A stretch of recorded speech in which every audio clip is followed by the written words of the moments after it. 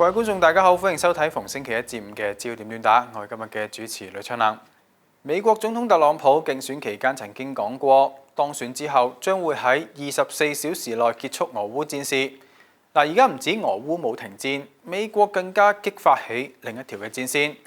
喺伊朗冇侵犯美國嘅情況下，美國日前主動出擊，炸毀伊朗3處嘅核設施，並宣稱已經破壞咗伊朗喺一段時間內能夠製造核武嘅能力，意味住美國正式從軍事上介入以伊戰事。美國今次係咪破壞到伊朗嘅核設施唔重要，最重要係越過咗紅線。伊朗一定唔會就此罷休，無論係加快核武嘅製造速度，定係反擊美軍嘅基地，局勢好可能會進入循環報復嘅無底洞。美國同埋特朗普面對嘅或者係一場長期戰爭。喺美東時間嘅21號下晝，亦即係香港嘅22號凌晨，美軍先用潛艇向伊朗伊斯法罕嘅核設施發射24枚戰斧巡航導彈，之後派出7架 B-2隱形轟炸機向伊朗位於福爾多同埋納坦茲嘅核設施投下14枚巨型鑽地彈。特朗普喺當日晚上發表全國電視講話，就話美軍已經攻擊咗伊朗嘅核設施，強調伊朗要馬上實現和平，否則更多嘅襲擊將會更加猛烈。喺攻擊完人哋，再要求人哋和平，呢種説話可能只有特朗普講得出。根據外媒報道，從衛星圖片可以見到伊朗呢啲地方嘅設施受到嚴重破壞。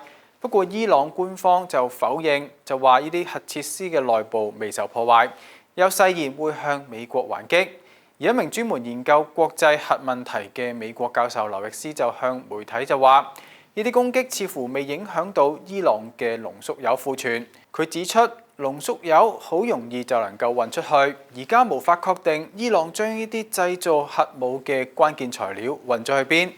國際原子能機構曾經估算，伊朗擁有超過400公斤嘅濃縮鈾，可以製造10枚核彈。所以可以預見呢場戰爭遠未結束，甚至可能只係一個開端。事到如今，伊朗已經冇退路，或者會加快核武嘅製造速度。而且包括俄羅斯在內嘅國家更加有理由支持伊朗自衛，隨時引發更大嘅衝突。第3次世界大戰恐怕一點即爆。呢個講法並非危言聳聽。俄羅斯聯邦安全會議副主席，亦即係俄羅斯前總統嘅梅德韋傑夫，近日就喺社交媒體話，可以直接了當咁講，伊朗嘅核武生產將會繼續。一啲國家亦都準備向伊朗提供核彈頭。至於部分俄羅斯輿論更加推波助瀾，話俄羅斯應該仿效美國援助烏克蘭嘅模式軍援伊朗。目前伊朗外長阿拉格齊已經抵達咗莫斯科，並會同總統普京會面。美國要控制中東，俄羅斯顯然唔會坐以待斃。雖然美國情報一直都話伊朗冇核武，但今次就以伊朗即將有核武為理由，先用以色列做爛頭卒嚟攻擊伊朗。美國再參戰，完完全全參照20幾年前美國入侵伊拉克嘅劇本，先話伊拉克有大殺傷力武器，再借機入侵。而今次實際就係希望控制中東、控制石油。所以可以預期美國將會繼續攻擊伊朗。